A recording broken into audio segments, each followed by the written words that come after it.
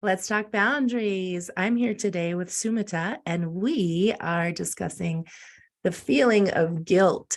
So, oftentimes, the women that I work with, they say, I want to set boundaries, or I have tried to set boundaries, but I feel guilty. And Sumita and I were visiting earlier this month, and we were discussing this feeling of guilt. And so I invited her to come talk on the podcast with me. So welcome to the podcast. Thank you for being here. Thanks for having me. Yeah, I'm really interested in exploring the emotion of guilt and how it impacts our ability to set boundaries and succeed in that endeavor. So, I also come from a similar background in that I'll be speaking with my professional lens that's equipped with yogic philosophy and Ayurvedic psychology. So, I currently have an online well-being platform where I help people live their best lives. And in my experience, this issue of experiencing guilt while changing behavior has come up just as frequently as in yours. And so here I am to have a great conversation, hopefully with an outcome that can help maneuver our clients in a direction that will help them either relieve themselves of this feeling or at least evolve themselves out of it. Absolutely. So tell me a little bit about the feeling of guilt. Yeah, so, in my studies, I have, as I mentioned, two resources. One is the yoga philosophy, and we're all more familiar with, the physical aspects of yoga, but yoga also has a philosophical dimension. And so I'll allude to that a lot in my conversation here. The Ayurvedic psychology elements that come in are Ayurveda, that word that I'm using, the adjective is Ayurvedic.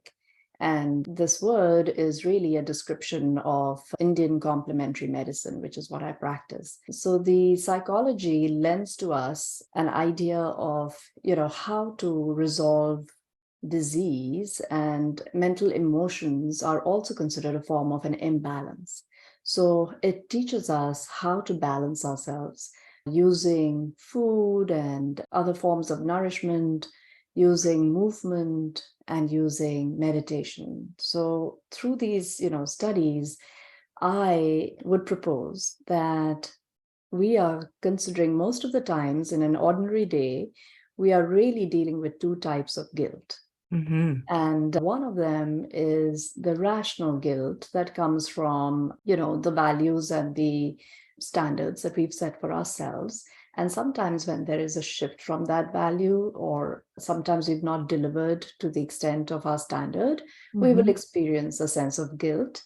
That's the rational guilt that almost is a good thing to have because it's giving us cue as to our behavior. It's telling us what is good behavior, what is moral behavior. It's a nice sort of guide to have. Mm-hmm. The irrational guilt can be quite toxic and chronic.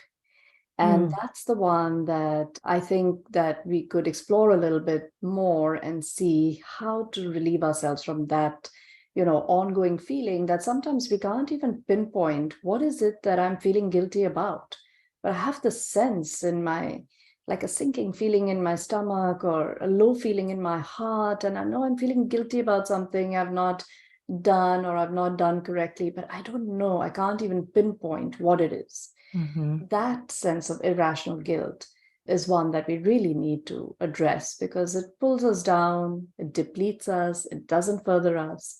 So I'm hoping that through our conversation here, we can really examine the irrational feeling of guilt. Absolutely. So first, let's just touch briefly on the rational side of guilt. So when we make a mistake, right? Everyone makes mistakes. It's a normal part of our life and our growth. And I want to normalize for people that we make mistakes. I make mistakes. Everyone I know makes mistakes. Part of being human is making a mistake.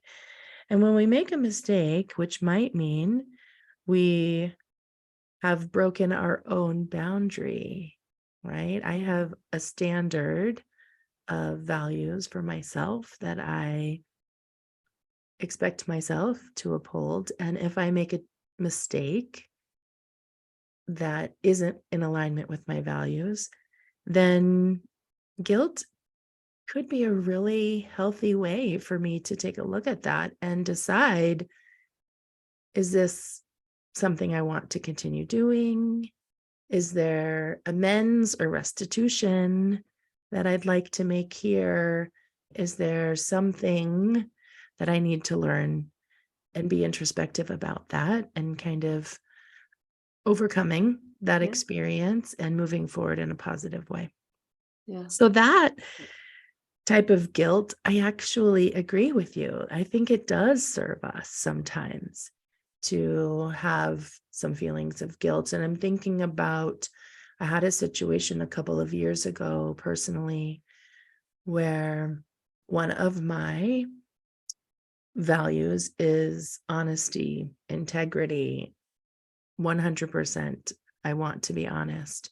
And there was a situation where I knew some information that I chose to withhold, and I didn't tell a lie, but I withheld information really because I wanted to protect someone else's feelings. I wanted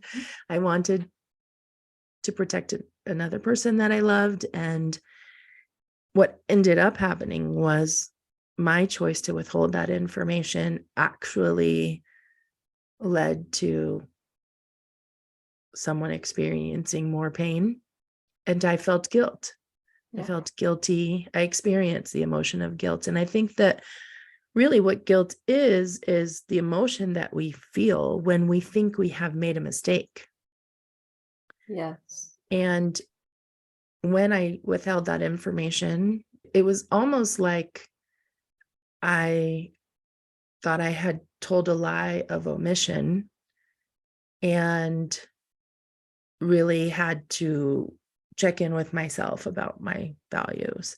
And I share this, not by way of confession, but I imagine that most of us can relate to something similar. Most of us yeah, can relate to a decision that we made that wasn't in alignment with our values, but I didn't really think it through because I was kind of on the spot and I didn't want to make things worse, but then I ended up making things worse and experiencing the feeling of guilt after yeah. that. Yeah, yeah, no, I hear you. And it's a great example because it actually has three layers that I think would be useful for all of us who've Mm, been through that rational guilt. So the first layer would be that, even before we begin to self-examine and think through the details of everything that happened, just coming from a place, and this should be a ground rule that if we can establish one, just the ground rule that we are all coming from a good place. And I think mhm, once we accept that, then our response to ourselves in a situation like you just described mhm, would come from a place of kindness, and we'll just be much more forgiving of ourselves, knowing that it was an honest mistake. mm, So I think that's sort of the premise to understanding how to work ourselves around these emotions of guilt, especially when it's rational. So, we know that we made a mistake. And if we come at it from that place of love and kindness, we are mm. more likely to come out of this without more damage than is necessary. Right. Because sometimes guilt can be a little bit misplaced and can carry us through and cause, I was mentioning this to you earlier, it can actually create grooves or patterns of thinking in our mind. And we can become so guilt ridden from one incident to another that the series of rational guilt experiences can eventually lead us into that other behavior of having the toxic and the more chronic guilt. So it starts with these simple guilt Mhm. trips.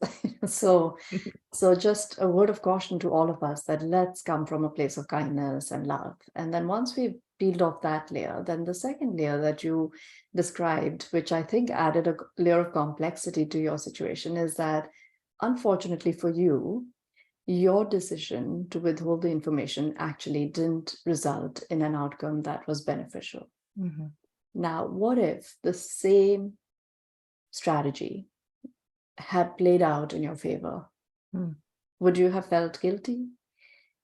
So I think that keeping a perspective on the fact that regardless of the outcome, Mm. good or bad, if we are beginning to feel a sense of guilt, we have to examine it detached to the outcome. So, Mhm. regardless of how things shape up, if we went against our values or against our standards and it's making us feel bad, that's a great opportunity for self correction and saying, yeah, that's interesting. I really value honesty. And this one time I took it upon myself to withhold some information, and look how it's making me feel. It's making me feel terrible, regardless of the outcome. Of course, in your case, compounded by the outcome because you were Mhm. feeling worse because the outcome didn't turn out the way you would have liked it to. So, yeah, I think that's a word of caution that regardless if things turn out good or bad, rational guilt is a good time to examine and self improve. Mhm. So it's a great opportunity, really. And when we're coming from a place of self love and kindness, then we'll take it as an opportunity. We won't take it as the end of the world. And then I said there was a third layer to this conversation around rational guilt, and that is we have to be in a place, even though the guilt is rational and it's short lived and it's not such a drastic thing, we have to be in a place where we can actually rationalize it. So, what I'm saying is that not all of us are so even keeled all the time. And even though at the end of this podcast, a lot of us will say, okay, so the next time I experience guilt, all I need to do is to, think through, how can I learn from it, really is the takeaway. It doesn't always work out so black and white in real life. And I'm just coming from a place of recognition that even though this is advised from us, that, sit back, think through how to develop out of this, it may not happen so naturally. Mhm. Absolutely. And that's where I think it's the role of the coach who's helping you through this self boundary, setting limits to help us come out of this feeling like, can I do this on my own? So we are here to guide you. Absolutely. And as a word of caution, one thing that I see sometimes that I have to be aware of myself when I am examining my decisions and my feelings around them is the slippery slope that I call shame. So sometimes healthy, rational guilt Yes. can slide down that slope and spiral into shame. And my experience is that shame never motivates me to do good, Hmm. that it's just a dangerous pit that we get into. And Brene Brown teaches that guilt says, I did something wrong. And shame says, I am something wrong.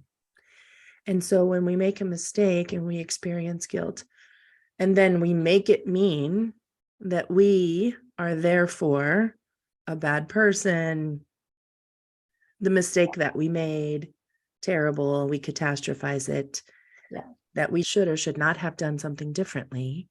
It just compounds the spiral that we're in. And it's so hard to get out of that. It loses the opportunity for us to learn and grow. Yeah, absolutely. Well said. Yeah, I think guilt and shame go hand in hand. It's like Mhm. this friendship that they have. And yeah, it's a good reminder. Mhm.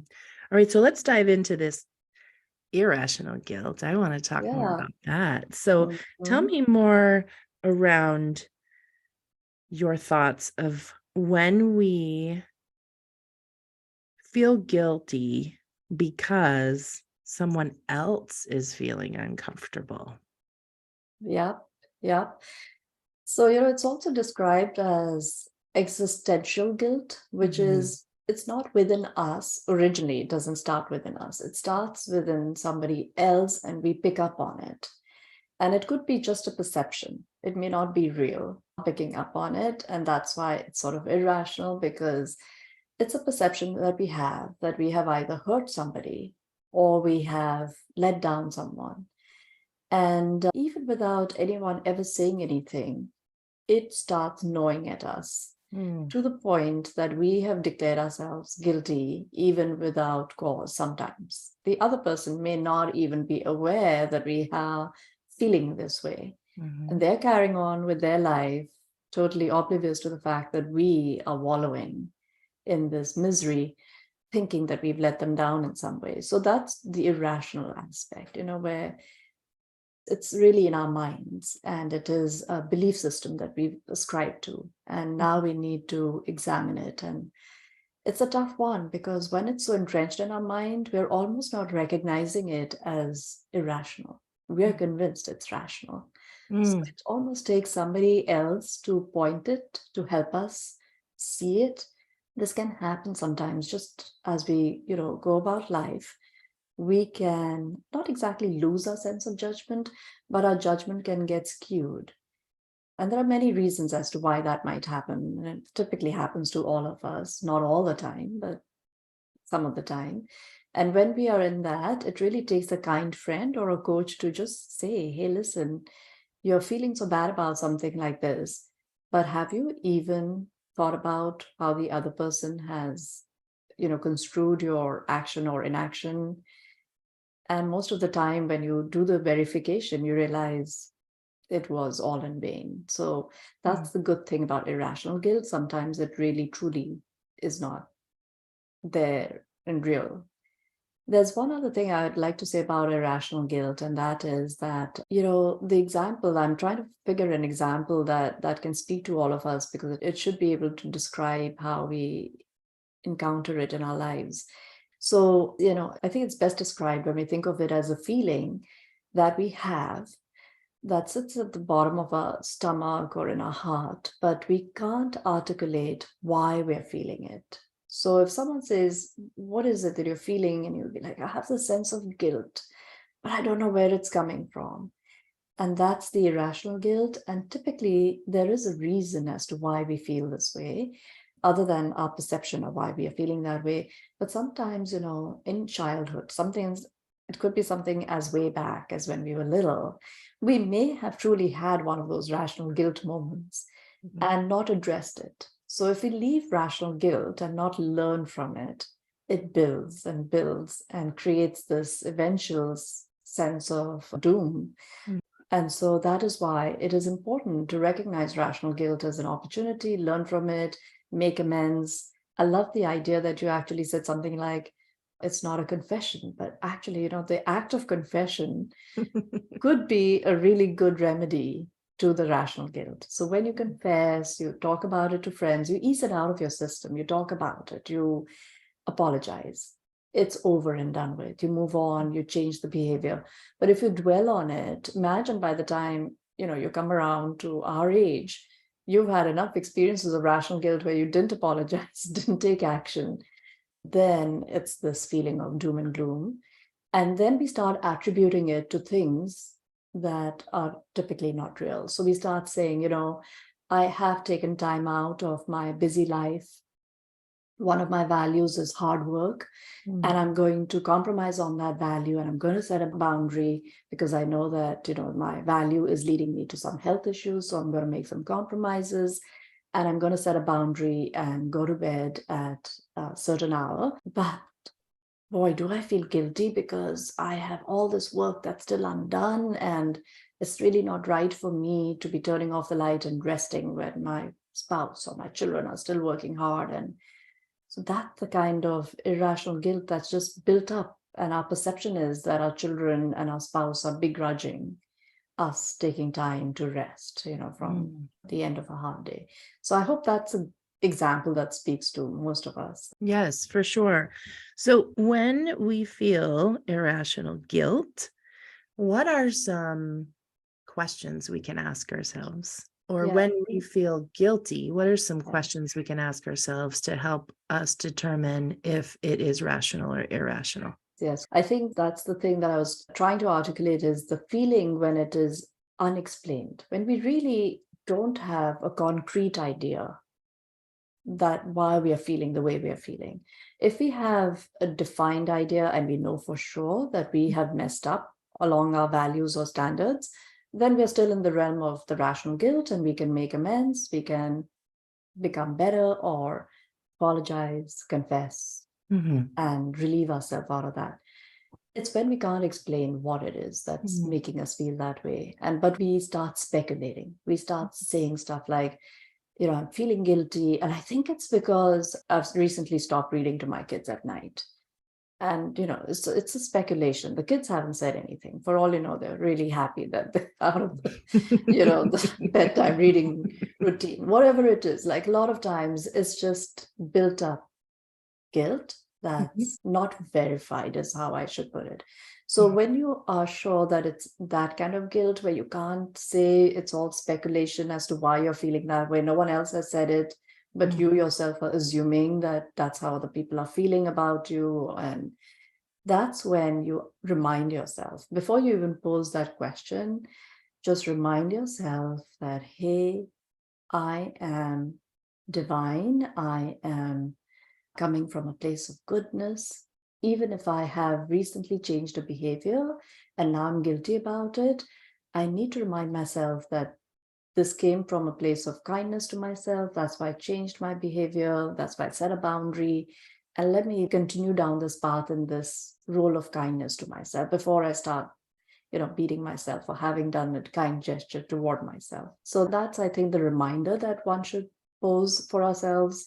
And then the question, is this a real guilt? Have my children or my spouse or my mother or my relative actually said something to me that's making me feel like I came short?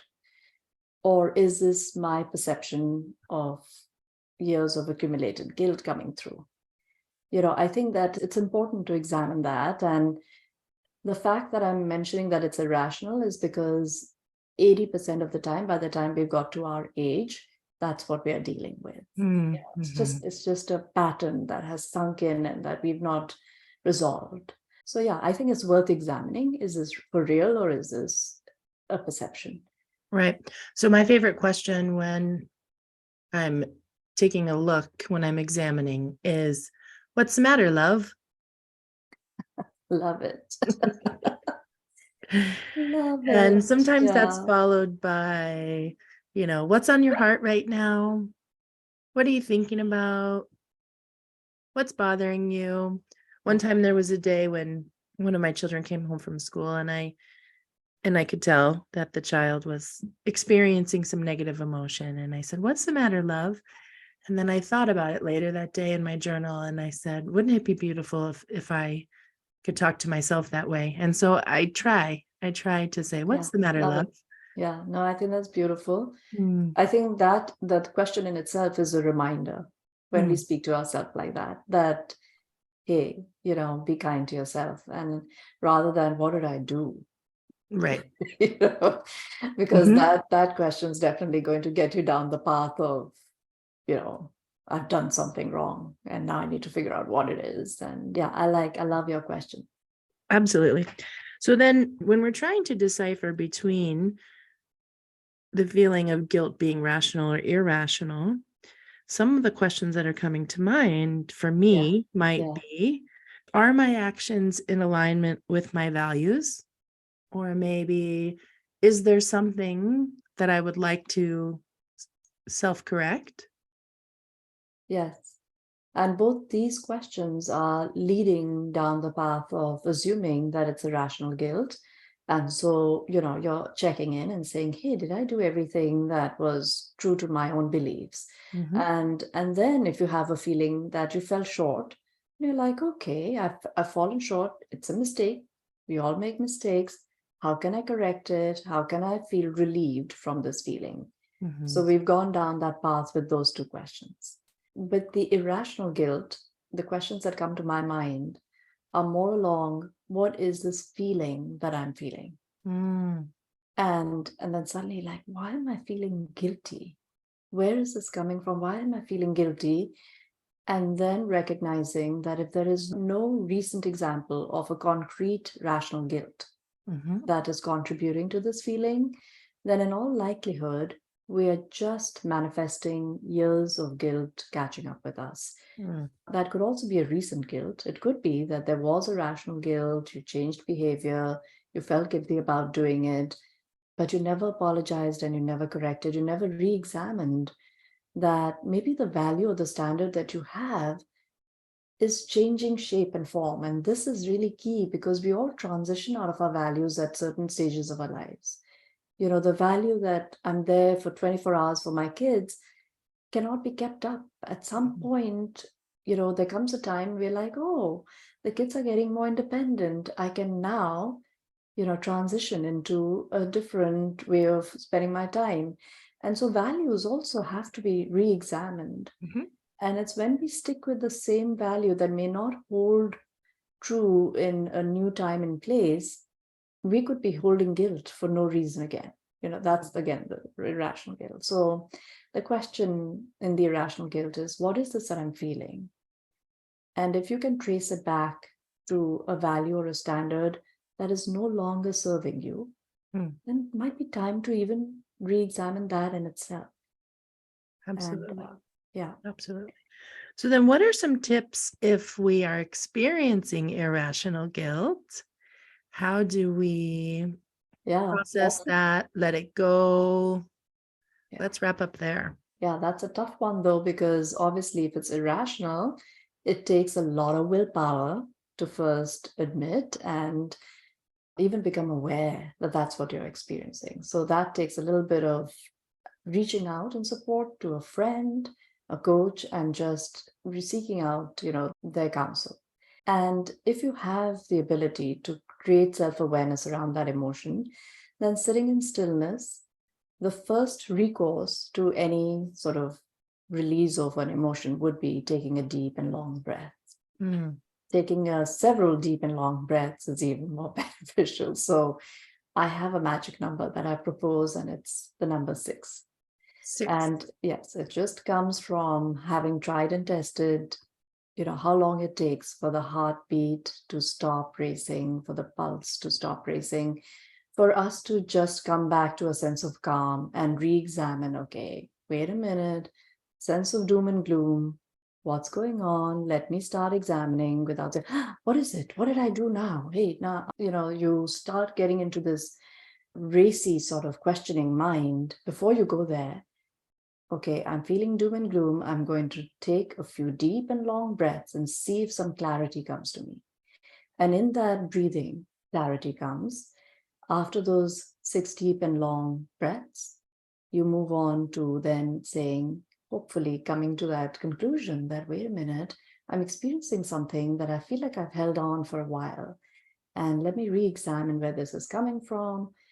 Is it, going down that path of the question? So first, deep and long breath. Second would be making sure that you are well nourished. Because if there's a point in time that you're going through this experience of doom and gloom, it can be very possible that you've neglected eating a good hearty last meal. Mm. And sometimes missing a meal can bring on this awareness even faster that, why am I feeling like this? So making sure that you nourish yourself physically with warm meal, a hot meal, a soup, a stew, something that, settles your tummy, and comfort food, so reach out for something nice, warm, and nourishing that fulfills you. Once you have the food in your belly, you've done your little breathing.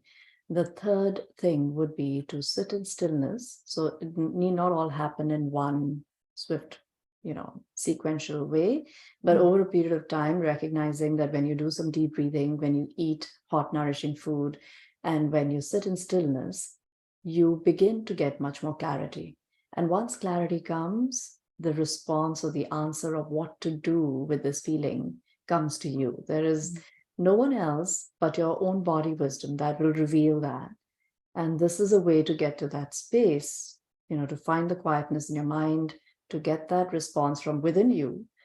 You will hear a voice that will lightly guide you and say, just apologize, just confess, just move on. This is time to re examine all the old patterns of guilt and emerge from them, knowing that this is not furthering you.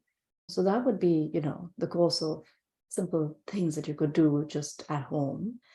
And I do want to follow this up with one more idea.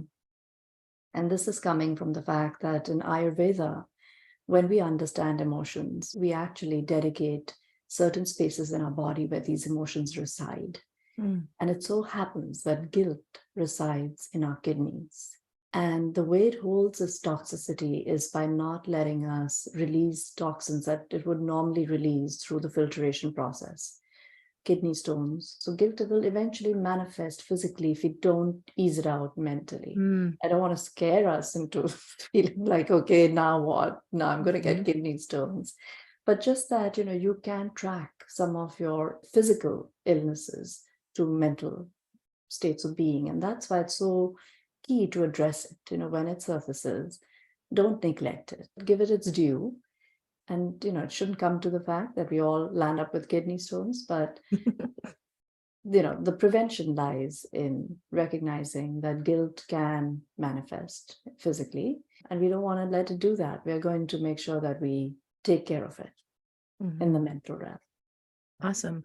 One additional tip I'd like to leave listeners with is sometimes I think our irrational guilt is fed by a thought or a way of thinking that we just want the people around us to be happy. We don't want them to experience any negative emotion.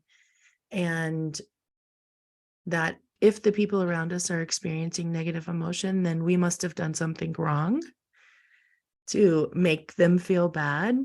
And we feel bad about making them feel bad. And that there is oftentimes some people pleasing ideology that lends itself to this irrational guilt that I would love to just offer a tip that sometimes the people around us are going to experience negative emotion. And that's part of them being a human, having a human experience. That's doesn't necessarily mean we've done anything wrong or that we need to correct anything or that we need to feel bad about it. Sometimes it's just a part of their human experience and their journey. I don't know anyone who's never felt disappointed. I don't know anyone who's never felt angry. I don't know anyone who's never felt sadness or grief, and that it's not my responsibility to rescue them from being a human experiencing negative emotion. And sometimes it's a little easier to let go of that irrational guilt when we understand that it's okay for people around me to experience negative emotion. And I don't need to feel bad about it. Yep, detachment from others' experiences is not easy. And I'm so glad you're mentioning this as a course of action, because we do need to all work on that, detaching ourselves from, the experience of others and trying to control everyone else's emotions. It's tough enough to control our own. But yeah, great reminder. Yeah. Yes. All right. Thank you so much for being here. I really appreciate this discussion. If people wanted to reach out to you, how would they be able to best find you? Yeah, so my online platform, www.omniwellness.org. We welcome members who want to engage in community or well-being. And I hope that, Mary, you will join in our conversations there so that we continue to work together in shaping minds and hearts. So, yeah, especially through the subject matter that you deal with. Absolutely. I would love to. All right. Thank you so much. And listeners, if you start to feel guilty, I hope you go back and listen to this. Talk soon. Bye.